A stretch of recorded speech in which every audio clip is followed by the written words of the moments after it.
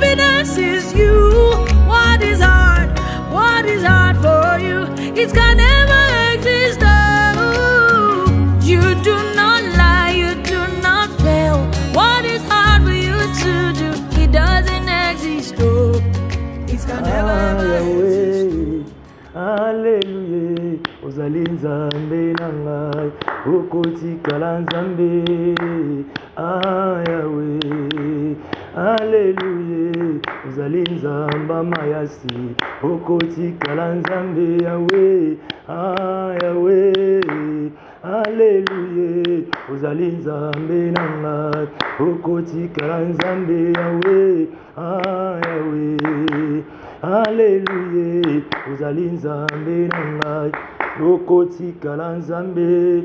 Molimo santo papa topesio merci pour na moment kitoko oyo sali ete tokutana awa na kati esika oyo papa tika ete lokumu nkembo ezonga epai na yo, pambola moto nyonso oyo azwi libakwa malamu ya kolanda biso lisusu na vendredi ya lelo. Molimo na nzambe tosengi oyo ekolobama awa ezala ngai te me ezala nzambe kasi na ngai Père de gloire ya koedifie mama to pe tata moko na kati esika oyo grâce na yo eaccompagne biso nyonso mabe ezala mosika na kombo na Yesu Christo. Amen. Tu peux acclamer Dieu très fort. Bien-aimé dans le Seigneur, merci beaucoup Nzamba Bomoy Apambola Biso, c'est votre humble serviteur, la bonté Maya Sironsa et autrement dit pasteur de la grâce, avec nous les anges de l'Éternel, ou soit les anges adorables. Nzambe azolokumu nenga sali biso grâce ya okuta na suna kati esika oyo toye pona ko édifier ndeko moko oyo azoleka na bitumba, ko édifier papa moko to pe mama moko oyo akomaki faible pour pesa message ya sali, car la Bible déclare qu'il y a le sali aucun autre nom, il y a que Jésus-Christ qui donne le sali. Alléluia.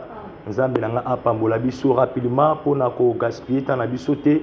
Tosenga na ndeko na biso Prestevi Samuel Boulele atangela biso na Matthieu chapitre 16 na verset 16 to meka kolobela pensée moko o nzamba ti biso avec notre émission Ma grâce te suffit. Ma grâce te suffit, c'est émission na biso comme thème o tozolobela awa parlez-nous de Jésus. Parlez-nous de Jésus et émission comme nango Ma grâce te suffit. Thème ezali parlez-nous de Jésus rapidement. Autant que les bisous. Matthieu 16, 16, je lis au nom de Jésus. Amen. Simon Pierre lui répondit. Simon Pierre ayanoli Yesu. Tu es le Messie. Ozali Messia. Le Fils du Dieu vivant. Mwana ya Nzambe ya bomoyi. Jésus lui dit alors. Bongo Yesu alobi na ye. Tu es heureux. Otondisami na esengo. Simon fils de Jonas. Simon mwana ya Jonas. Car ce n'est pas de toi-même que pamba te oyo lobi euti epai na yo te. C'est mon Père céleste qui te l'a. Mais ali tata na ngande alobi lo yango. Merci beaucoup betelo banze maboko. Bien-aimé na ye awa pona kolobela li sali en Christ. Je suis pas venu présenter devant vous pour parler de moi-même. Na été pona lobela ngai moko, na été pona lobela les prophètes comme d'autres églises, Moussous Bazana pona kolobela William Branham, Moussous Bazana pona kolobela les prophètes Simon Kimbangu, Moussous Bazana pona kolobela Mahomet, Moussous Bazali pona kolobela Bouddha. Mais moi je suis venu pour élever le nom de Jésus. Alléluia. Jésus-Christ de Nazareth, l'homme de Galilée, unique vrai Dieu, au tondima ko salila, Nzambe oyo atikala ki mokolo moko na kati ya kunda, deuxième jour, le troisième jour, il était ressuscité. Et j'ai pris le Dieu de ressuscité au ngana zotatola, tika ete asexionos o ezali ayo. Ndela lobi awa na yepo na kolobela ngai moko te, mais na yepo na kotombola Yesu Masi à Nazareth. Mais tu vas constater beaucoup aujourd'hui à l'église, dans notre église, dans nos communautés, on remarquer ce qui combo ya ba pasteur et tangami na kati église au monde église est chaud. Ce combo ya prophète William Branham et tangami o kabandimi ba fidèle. Alléluia, amen. Ce qui combo ya Simon Kimbangu et tangami okoyoka alléluia.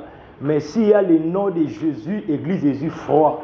S'il y a le nom de Jésus, et je me pose tant de questions maintenant. C'est le prophète de Bakomi au-dessus de Jésus, ou soit ce que Jésus a commis à c'est.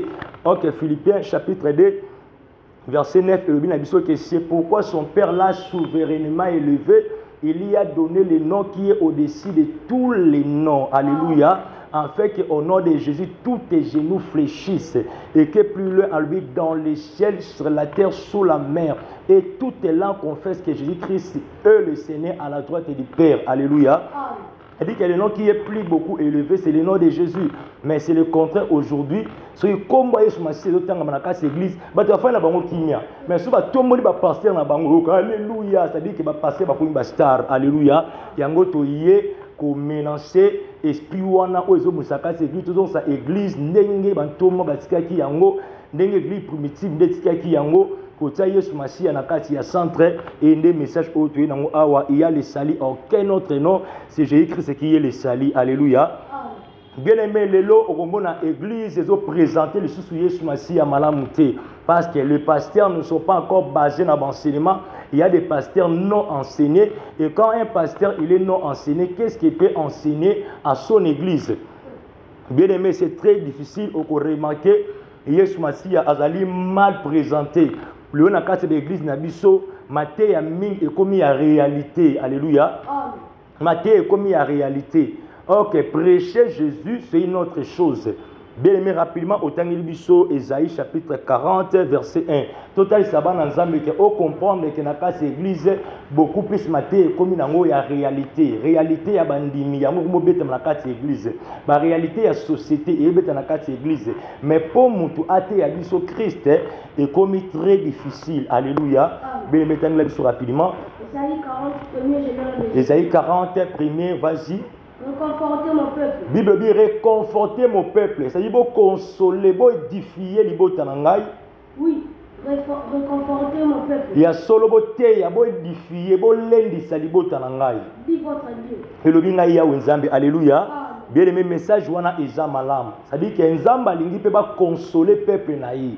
C'est-à-dire que bateau bazana maladie.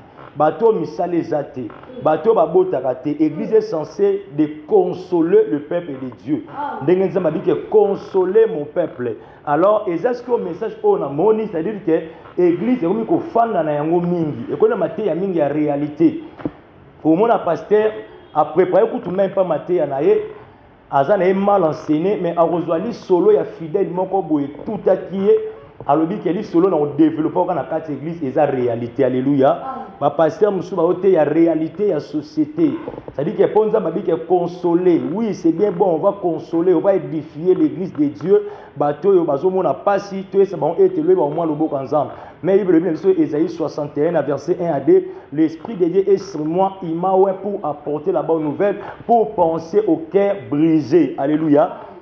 Pour nous organiser ba mitema o ezoki ba pota eza malamu mais wana ezali côté ya réalité ko consoler maintenant côté ya Christ ko présenter Christ c'est une autre chose. Alléluia.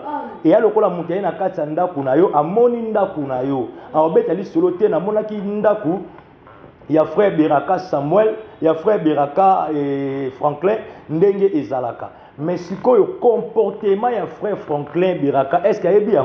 Alléluia. Il y a des choses. Comme on a de la foi, il y a papa Jean-Paul Mayata, il y a papa Jean-Paul Mayata. Alléluia. Donc, il y a papa Jean-Paul Mayata, il faut il faut l'anaï. Déjà, deux messages où l'église est comprendre. Le balangasto, le papa où il y a banaka dans Zambie, il comme un magicien, comme un occultiste. Comment impidique? Est-ce que tu crois qu'il a repéré son message? Il y a Christ? Non. Alors, qui m'a mis dans la réalité? Alléluia. A préparé ma tête, a basé les militaires pour côté en profondeur, à sonder pensée ensemble. Il a dit dans Osée 4 et 6 que mon peuple est péri par manque de connaissance. Manquer la connaissance, bien aimé, c'est un péché devant Dieu. Amen, hein?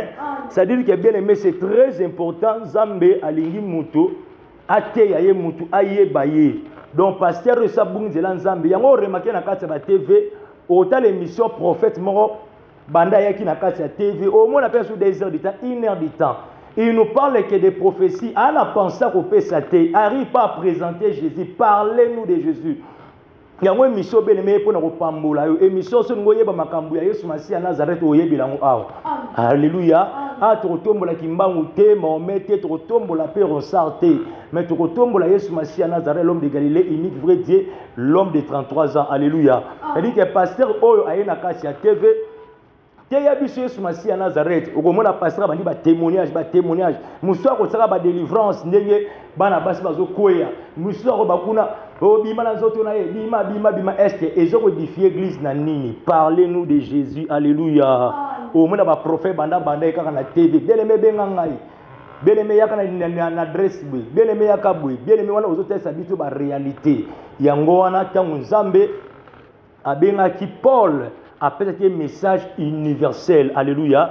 Bien-aimé tangla biso Actes chapitre 9 verset 15 à 16. Et je suis qui mona moko Nzambe o comprendre nga place aux ali Nzambe na nga pambola yo bana la colombe nyonso Dieu d'Israël Nzambe a pambola bino ebi ke bino bozo comprendre également papa na nga Jean-Paul Mayata Nzambe na nga a pambola yo papa Samuel Tukei. Actes chapitre 9 verset 15 à 16 selon le nom de Jésus. Amen. De l'heure arrivée. Tango komi. Ceci prière pour les nouveaux disciples. Amen. Amen. Actes chapitre 9 verset 15 à 16. Aux Actes. Actes chapitre 9 le verset 15 à 16 selon le nom de Jésus. Mais le Seigneur lui dit. Mais Yesu alobi na ye. Va.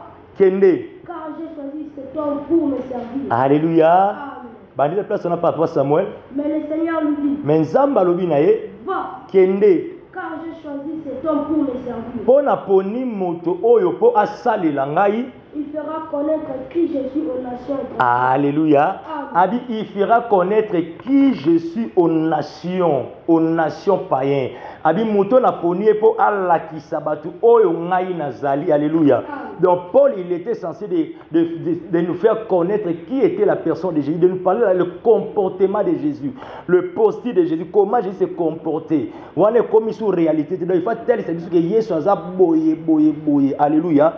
Alors bien que mutu oyo ne akoya kote ya bino akolakisa bino nani o nga nazali continuer.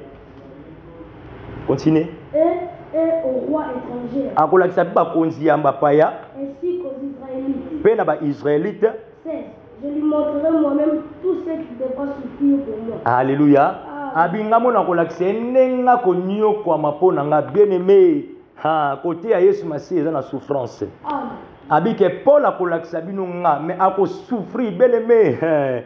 Nzo moto yembaka mosala na Nzambe zali pasi ndeko telema ikampiko obunde tumba posu elunga mosala Nzambe ya pasi ya otambwa na banzube. Dieu a dit à Ézéchiel, tu senteras comme si tu es au milieu des épines. Alléluia.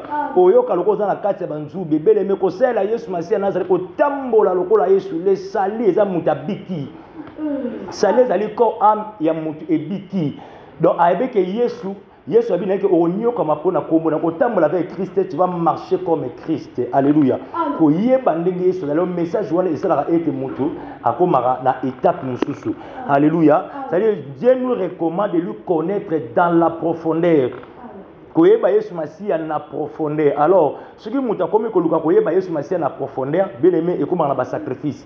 Oko sacrifier même jeunesse na yo, okotika masanga, okotika ekobo, okotika kindoki, okotika milangwa, okotika kotonga yangabike ako souffrir pour na kombo na ngai. Mais somoni un homme de Dieu n'a pas souffert par le nom de Jésus, bien aimé, c'est que Musala Nzamba na azaya Nzambete. Amen. Ça va bien la motomoko. Amen. Il y a un moment où le prophète est belé lelo, un prophète a comme un prophète a comme un porte-parole, il y a un musicien mokili. On est allé pour na Yesu Masi un prophète, papa wana oya banduta na elongi. Donc il y a comme na yeninga zawana, a comme un porte-parole, il y a un musicien mokili. Bien aimé, na repère message moko le véritable arche c'est lui-même Yesu Masi Nazareth. À la croix abengaki basi ndumba. À la croix azwa kesika batama sumu. Alléluia. Na kati ya arche na batama beba onyoso bakotaki. Donc na kati ya croix yambaki biso no abike il s'est fait pécher. So moni mutu na message OK ngana okangama na batama be parce que na sala bango boloba na oza démon. Alléluia. Kaba démon baba ndoki baba na Nzambe te. Ba imba bebisa makambo Nzambe. Alléluia. Ayibo ko nyoko mapona komona beneme bantomo bamona ki pasi na musala oyo bakota ba boloko. Même pas si moi qui m'bang on a ba mona ba pasi ko sakana te ba Branham ba mona ba pasi ba Abraham ba Isaac ba Jacob ba Etienne ba boma bango de musala mo sakana ngote. Alléluia. Yo musala Nzambe ozo mona mwasi osakane ba TV yo mosala nzambe osala pensé ota mokili oza demo ndoki alléluia bien aimé yango biso oteyi mpona kotelemela baenseignement oyo ezali ya nzambe te alléluia place ozali soki ozali beni obeteli nzambe maboko makasi bien aimé dans le Seigneur okoki kosala na yo 10 ans 20 ans à l'église mais otikali koyeba Yesu Masiya te koyeba Yesu Masiya ezelo mususu koyeba église pe le ezelo mususu alléluia Bible bina biso na Jean chapitre 4 verset 21 à 22 conversation à Yesu Masiya à Nazareth na la femme samaritaine le bina ke biso to ane ressemble nzambe na bangomba mais bino ressemble nzambe na Jérusalem Yesu le bina ke vous adorez la personne que vous connaissez pas alléluia mais moi c'est nazalaki moi na ya banto moi na basakoli descendant ya ba Jacob mais quand la bine que beau semble pe boyi na bino peyete mais moi c'est peut-être ça la 20 ans na vie chrétien peut-être ça la 10 ans mais là ce que kola baneki otikali na odazali ke botie ko yeba ngaiti alléluia les là qui parce que yeba yes faut yeba na kati ya profondeur nzamba osenga biso to yeba yango moni lelo bandiba ko ben poli bandiba to ça sala nzambe te un chrétien mais au fana na païen que au fana un chrétien pourquoi ba mal enseigné pourquoi ba yebi Christ était abi soyez mes imitateurs alléluia abi bomé kolanga Luc chapitre 2 52 abi que Jésus-Christ est croissé en sagesse à statut et la grâce de Dieu en statut on est allé te koze keko tie wana ba fuka mila keko aussi maman moko décorer maman moko ba fuka mila kai wana eza idolâtrie alléluia c'est-à-dire que arbitre bozo ba statut wana ba Jésus-Christ marchait en sagesse et à statut c'est-à-dire que statut wana ezali c'est-à-dire que kotambula na statistique ya nkolo Yesu kotambula na statistique ya Nzambe et non pas otaka vierge Marie wana otaka bikeko wana olo bakendo o ezali ba statut otofuka mais eza idolâtrie alléluia yango biso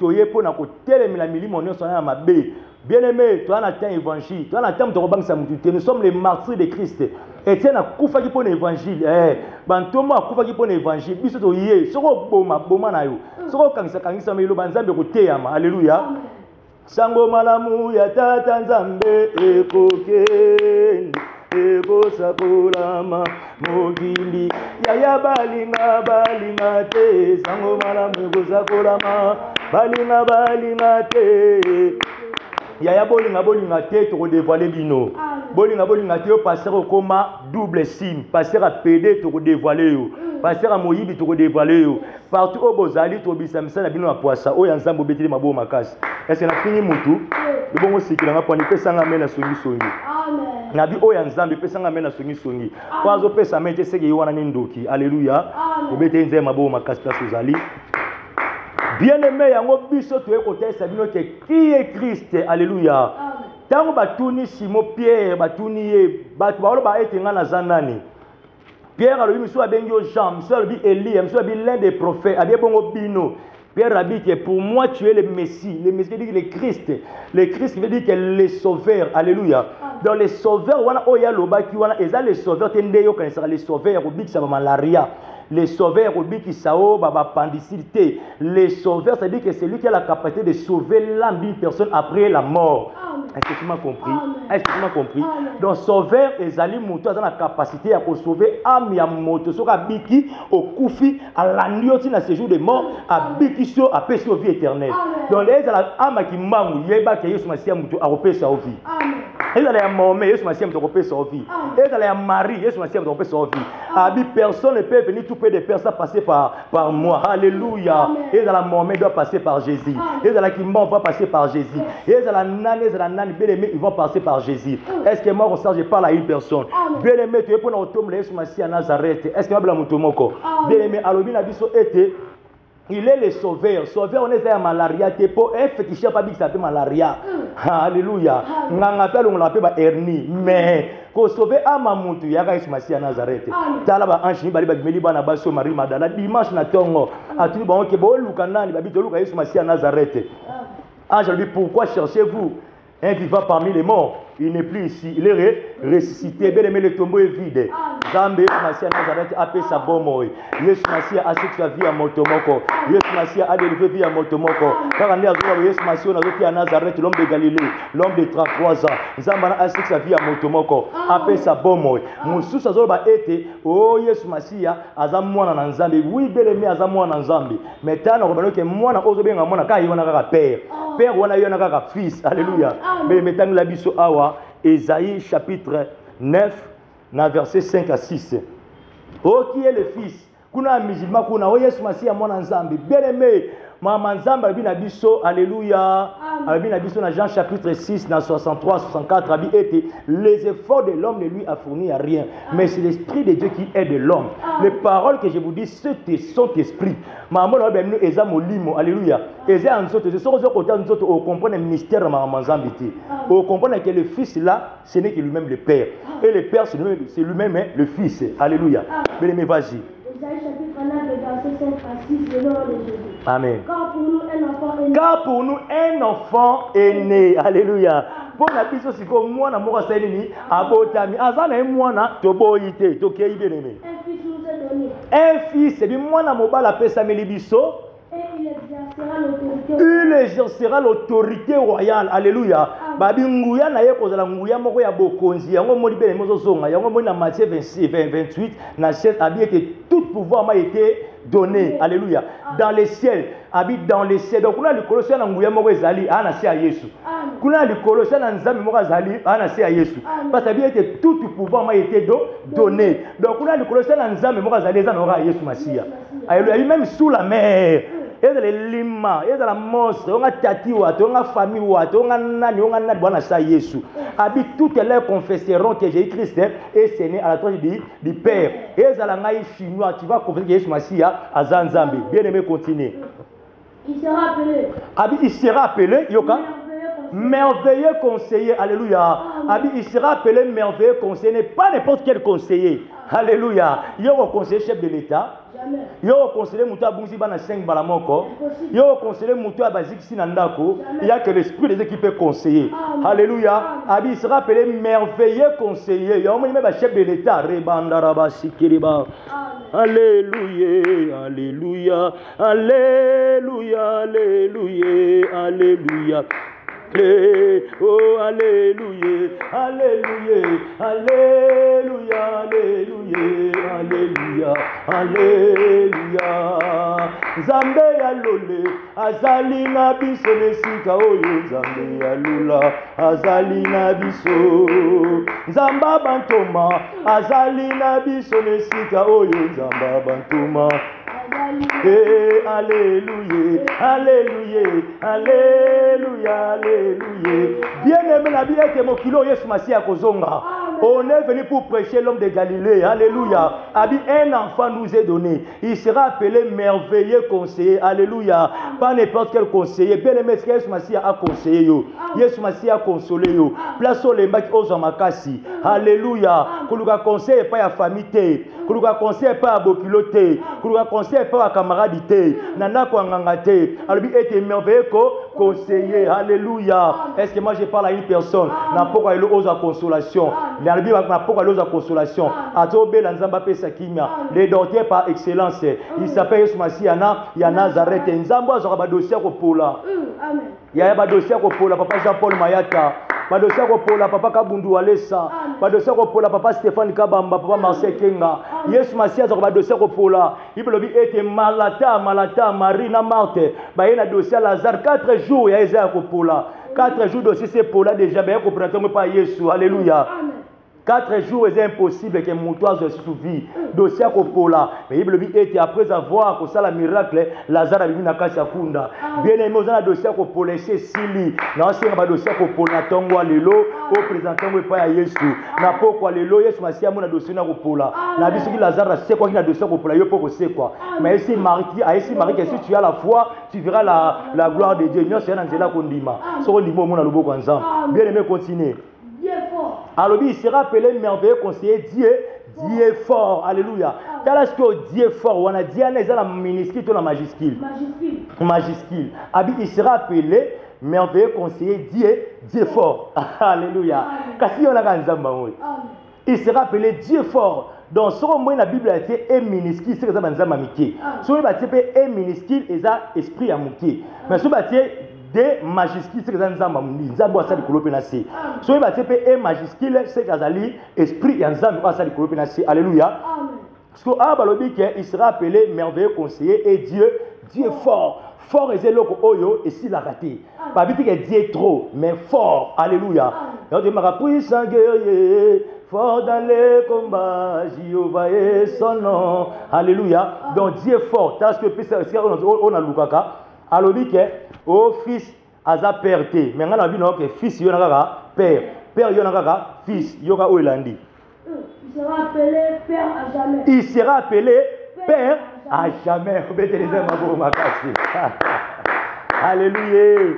Il sera appelé Père à jamais. C'est lui-même. Donc, ça me l'a Congo et Tata. Moi, mon symbole, mon santo. Amen. Le Père là, c'est lui-même Jésus. Il sera appelé Père à jamais. Jamais, parce que l'eau est aussi là. Et l'eau est éternel. Est-ce que vous comprenez? Pourtant, on va père est un tribu. Alléluia. Et alors, quand on a une banque, on va retirer mongo, on va tout dire bon. Il y a des documents, on a papa, oh papa, oh. Peut-être qu'on va papa, oh papa, oh. Mais papa n'est pas dans un combo. Parce que Zambé, Dieu est un objet d'adoration. Zambé est un combo. Papa est dans un combo. Fils est dans un combo. C'est pourquoi vous remarquez dans Actes chapitre 10, verset 47 à 48, le Bible dit tant que Pierre a eu une révélation, à comprendre que Dieu y en a Jésus. Saint-Esprit y en a Jésus. Fils y en a Jésus. Après ce qui va baptiser dans combat tata moi na mon simoli mon santé. Malgré il est baptisé au nom du Seigneur Jésus-Christ. Après ce qui va baptiser dans combat Jésus Massia ya Nazareth. Bien-aimé Jésus Massia azali Nzambe. Jésus Massia azali Nzambe. Na pas moli vie à motomo comme bien-aimé, o ya ndimi message o qui a été vie en Nzambe et contre la carte vie na yo. Nzamba changer vie na yo. Que awa mingité pour na ko agiter batu. Bien-aimé, tant ils ont moukié. Tu es mingité pour na ko tomba ba prophète, mais tu es pour na ko telisa batu Yesu. Tant na zote ya zoka kaina bit. Parce que na ko évoquer ba biloko oyo dans l'ignorance nango. Alléluia. Ya ngona bien-aimé ko bossa na raté ba jour na biso ya vendredi na 15 vendredi pardon na 17h15. Vendredi 17h15 rediffusion et allé à partir il y a 8h. Landabiso, les anges adorables et émission Ma grâce te suffit. Avec moi, votre humble serviteur, la bonté Rossa, je crois que vous allez tellement béni. Biso, vous allez dans Njili quartier 1. Vous allez dans Njili quartier 1, car on a Kimbu Tawana, avenue Luango numéro 4. Vous allez dans Njili quartier 1, avenue Luango numéro 4, église La Colombe, Dieu d'Israël. Église La Colombe, Dieu d'Israël. Numéro d'Anga Isali 082 21 20 144. Comment 082 21 20 144. Na pesi ba nyonso la Colombe mbote nzamba pamula bino. Na pesi Maiko la Mengi Clarisse Brenda mbote nzamba pamula yo. Également na bana nyonso Faroli Mayasi bébé Night et Gelardo nzamba pamula bino. Bébé Bonté maman Marie Sunda Saya. Na pesi Ani Moussa mbote. Et na pesi presque mutu nyonso oazili bakama la mon frère John Ngoma Mbote frère Gloire Welo na pesi Eli Luka Ser Yansimi. Aujourd'hui c'est ton anniversaire. Na souhaite bon anniversaire à vous. Vraiment vous ébélé makasi nzambe nanga pambola bino. Tout ça ba délivrance. Mutu longa bino na kasa minyoko yeyo. Alléluia. Yeyo parce que il était croyant mes serviteurs vous réussirez. Tant la bi que yeyo ba que soko croit na iloba ozo makasi nanga au moins le beau kanzam. Moi na lati nanga veste te na pe munene te mukepete. Na lati ka teni ya pembe ozo tatula ete sainteté. Alléluia. Na boy lobi otonga ngaka pasteur na lata boy. Ayaka na serment lata boy te na yaka na teni ya komba. Alléluia. Na préféré pembe pas déjà signe ya lumière et déjà signe ya paix. Na likolo kuna yaka na lumière moko yaka na teni moko renaka ya couleur pembe. Vous comprenez? Et on a préféré, tant que nous sommes les anges adorables. Alléluia. Nous sommes là pour adorer Dieu.